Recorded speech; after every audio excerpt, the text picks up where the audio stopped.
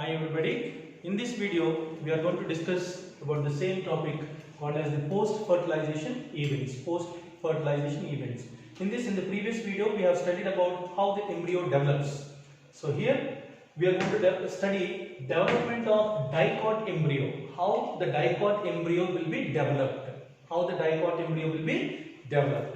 Now here, the shepherd's purse. Okay, shepherd's purse, otherwise Capsella bursa pastoris. Capsella bursa pastoris, belonging to the family Crucifera.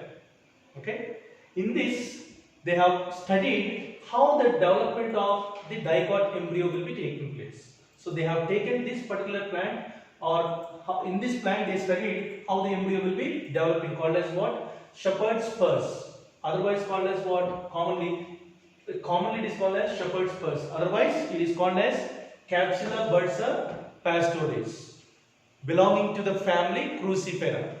And this development of dicot embryo in capsilla is being discovered by the scientist known as Hansteen. Okay, the scientist known as Hansteen. He is the one who discovered how the embryo will be developing in dicots.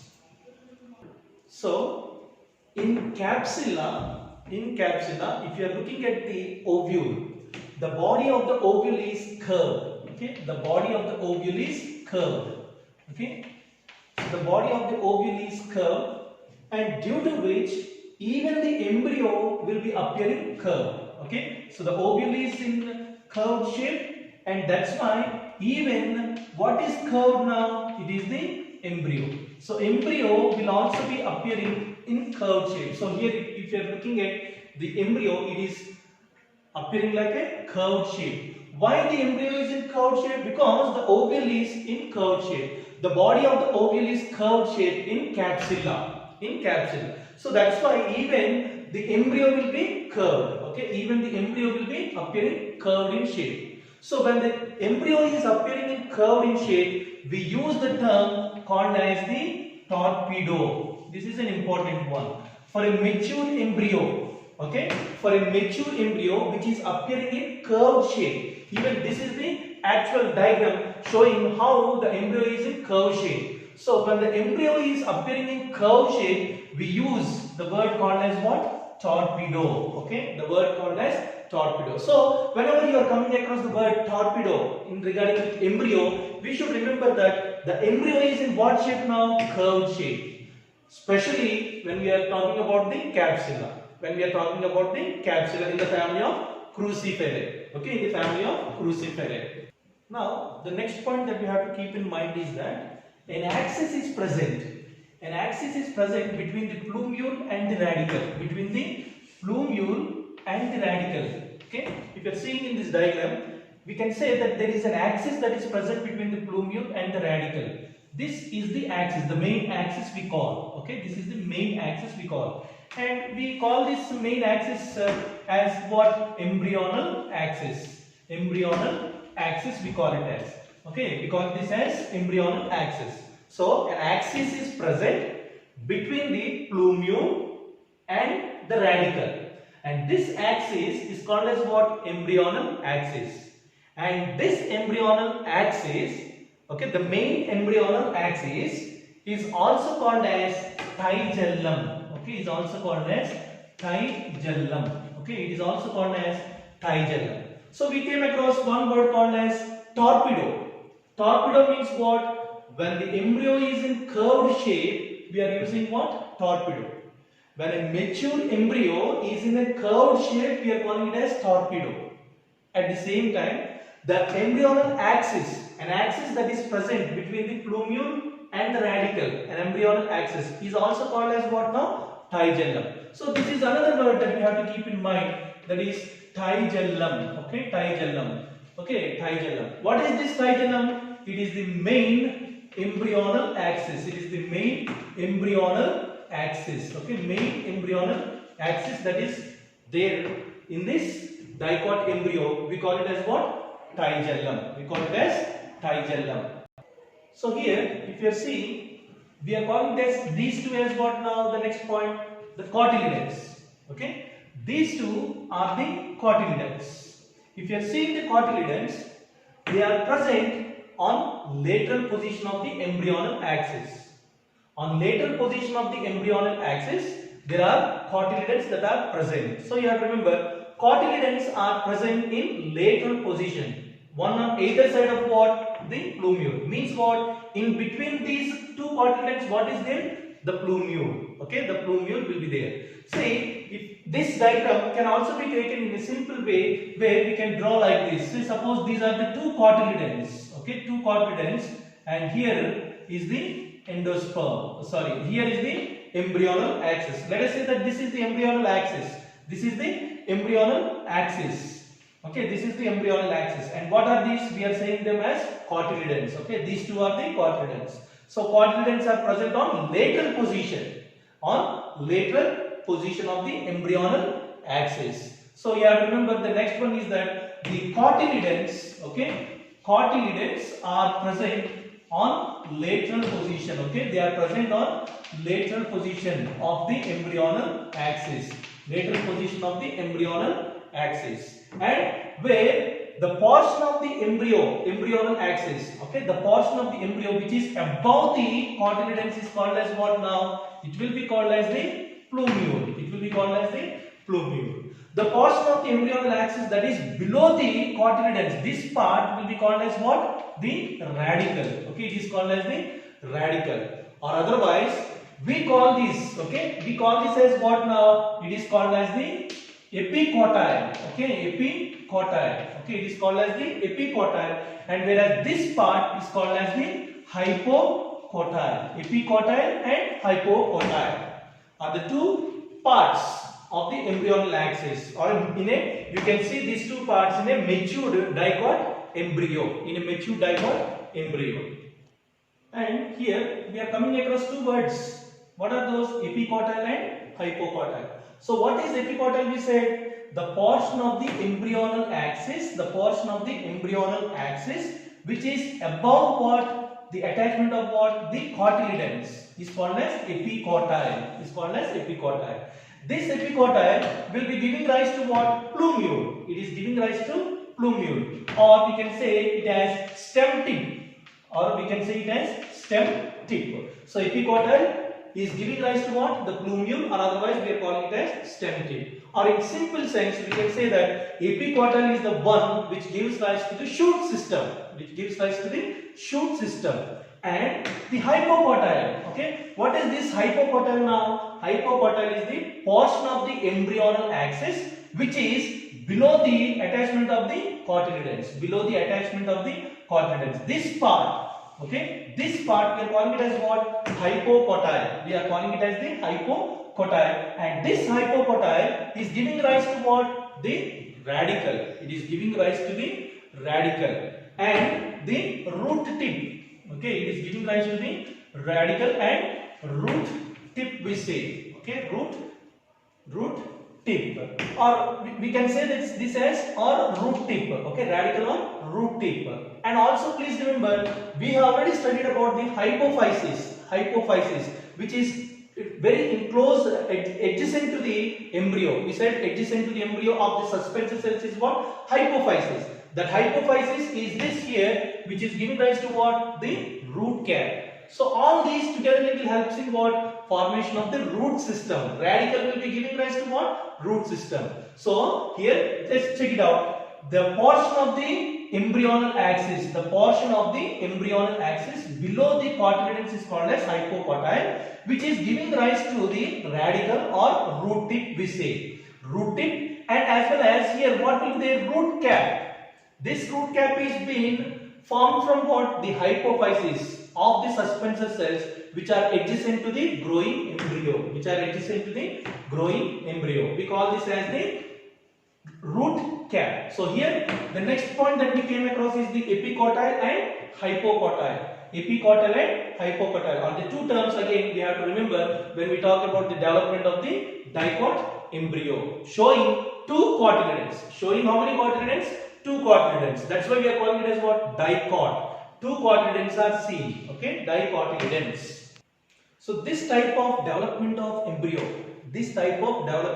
embryo, is called as crucifer type. It is called as crucifer type. Okay, crucifer type or onograd type. It is also called as onograd type. Okay, crucifer type or onograd type. Please remember this. When it is growing or developing, showing all these stages, okay, all these stages or formation of the embryo, we call it as what now? Crucifer type or onograd type.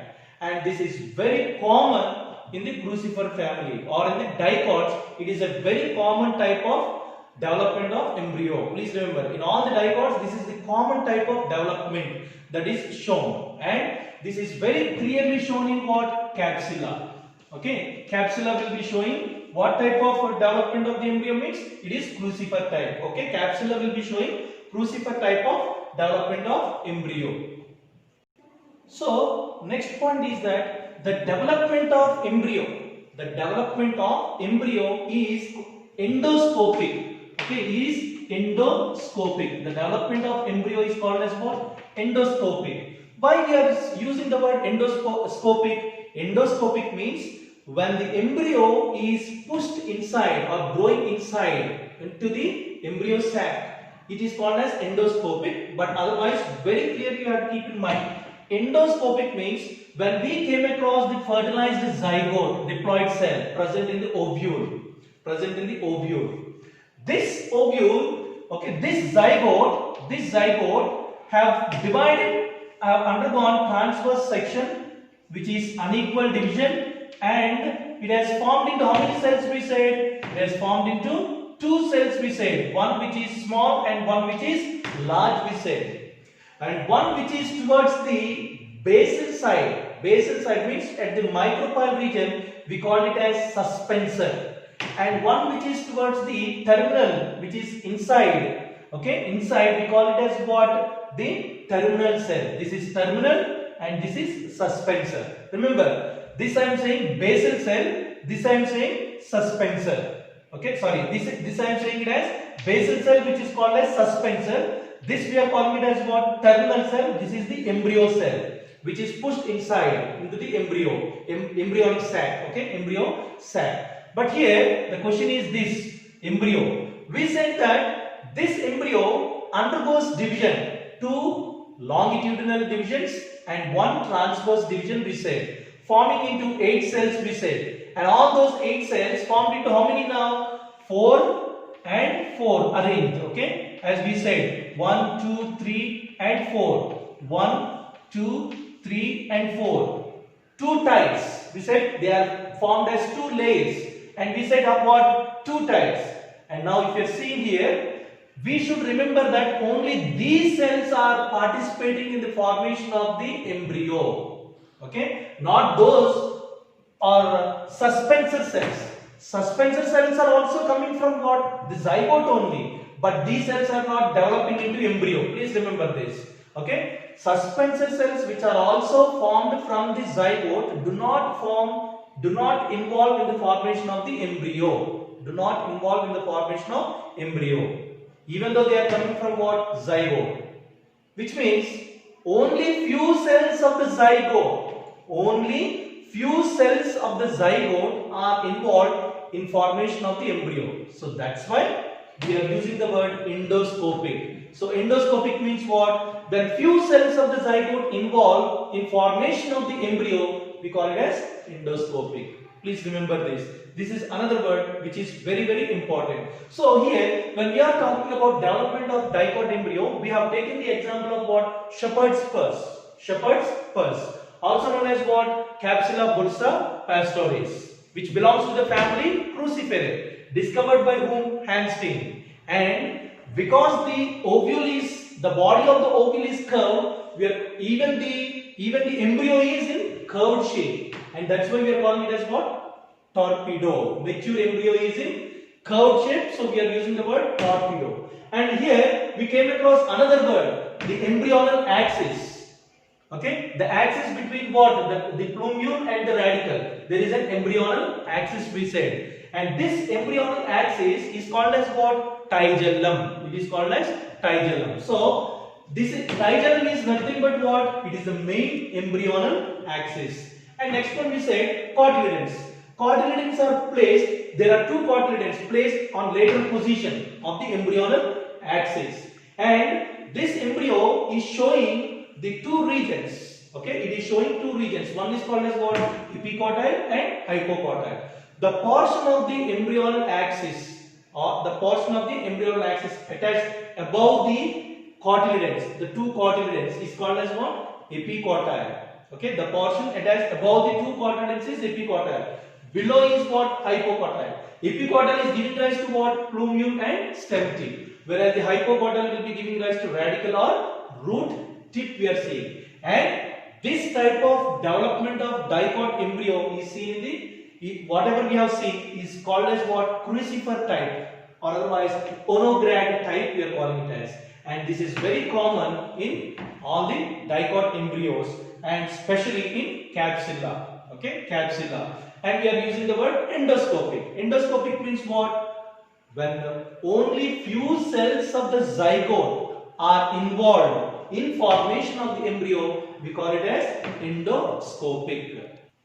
So here, now we are going to discuss development of monocot embryo. We studied dicot embryo. Now we will see how the monocot embryo is developing. Okay. Here, both in monocot and dicot, development of embryo is same until it is reaching to the globular stage. Okay, until it is reaching to the globular stage. But right from then, there will be some changes that are very clearly differentiated between the development of the dicot embryo and the monocot embryo. So now we will see how the monocot embryo is developing. How the monocot embryo is developing. So here, if you are seeing scutellum, this is nothing. Scutellum is nothing but it is a cotyledon. It is a cotyledon. There is only one cotyledon.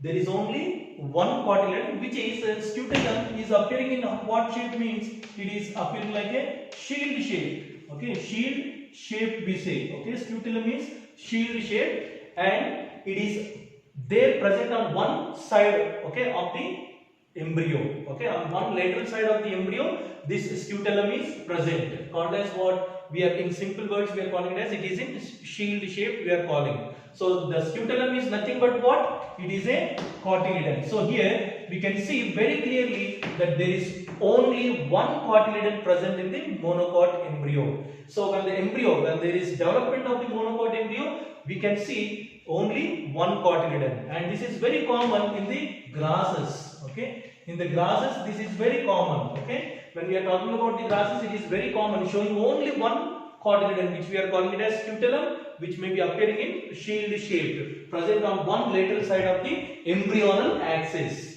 Okay, on the embryonal axis. So here, what we are saying now, on the embryonal axis of the monocot embryo, on the lateral side of the embryonal axis of the monocot embryo, there is only one cotyledon present as scutellum, which is shield shaped. This is very common in the grasses. This is very common in the grasses. So in grasses, the second cotyledon is highly reduced. It is highly reduced. Here, this is actually the second cotyledon, which is highly reduced, and that we are calling it as what? The epiblast. So you have to remember, epiblast is nothing but what? It is the second cotyledon which is highly reduced. So in grasses we will be seeing that the second cotyledon is highly reduced, which is called as the epiblast. So epiblast is what? It is the highly reduced cotyledon. It is highly reduced cotyledon. At the lower end of the embryonal axis, this is the lower end of the embryonal axis. At the lower end of the embryonal axis, we are seeing what? Radicle and root cap. If you are seeing very clearly, this is the radicle and the root cap is seen, which is enclosed by undifferentiated sheath called as what? Coleorhiza. Please remember that. Okay, radicle and root cap at the lower end of the embryonal axis, they are enclosed by what? An undifferentiated sheath called as coleorhiza. Okay, this is another point we have to keep in mind. So at the lower end of the embryonal axis, there is a radicle and root cap which are enclosed by undifferentiated sheath called as coleorhiza. In the next one, if you are seeing the portion of the embryonal axis, that is attaching above the scutellum. Okay, this is completely called as what? The scutellum. So this is the embryonal axis. The portion of the embryonal axis attached to this above the scutellum, this part. Okay, this part we are calling it as what now? We are calling it as the main part. Which is the main part called as what? The epicotyle. Which is the main part called as the epicotyle. So this epicotyle will be giving rise to the shoot apex. This epicotyle will be giving rise to what now? The shoot apex. Okay, shoot apex and a few leaf primordia. These are formed from what now? It is from the epicotyle. So what is this epicotyle? Where is it present? It is present above the attachment of what? The scutellum. On the above a portion of the embryonal axis. Okay, that is present above the attachment of what? The scutellum. A portion of the embryonal axis that is present above the attachment of the scutellum is called as the epicotyle. This epicotyle is giving rise to the shoot apex and a few leaf primordia which is enclosed in a foliar structure, which is completely enclosed in a foliar structure, which is called as the coleoptile. Okay, which is called as the coleoptile. So coleoptile, it is a foliar structure which is enclosing what? The epicotyle. What is this epicotyle? What is this epicotyle giving rise to? It is giving rise to shoot apex and a few leaf primordia.